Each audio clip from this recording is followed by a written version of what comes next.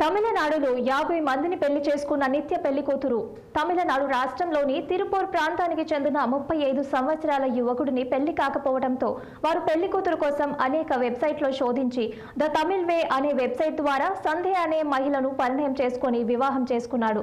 మొదటి రాత్రి తరువాత సంధ్య ప్రవర్తనలో తేడా రావడంతో సంధ్య ఆధార్ కార్డును పరిశీలించక ఆధార్ కార్డులో తన భర్త పేరు వేరే ఉండటంతో షాక్ అయ్యి పోలీసులకు ఫిర్యాదు చేశాడు. ఈ మహిళ ఇప్పటికే 50 మందిని పెళ్లి చేసుకుని మోసం చేసింది. అనేక మందితో వివాహం జరిగిన తరువాత మొదటి రాత్రి గడిచాక వారితో గొడవపడి ఇంట్లోనే డబ్బులు నగలతో పరారయ్యేది. బాధితుల్లో ఓ డిఎస్సి, ఓ ఎస్ఐకు సహా ఫైనాన్షియల్ యువకులు ఉన్నారు. ప్రశ్నిస్తే నగ్నంగా ఉన్న ఫోటోలు బయట పెడతానని బెదిరించడంతో బాధితులు బయటకు చెప్పడం లేదు.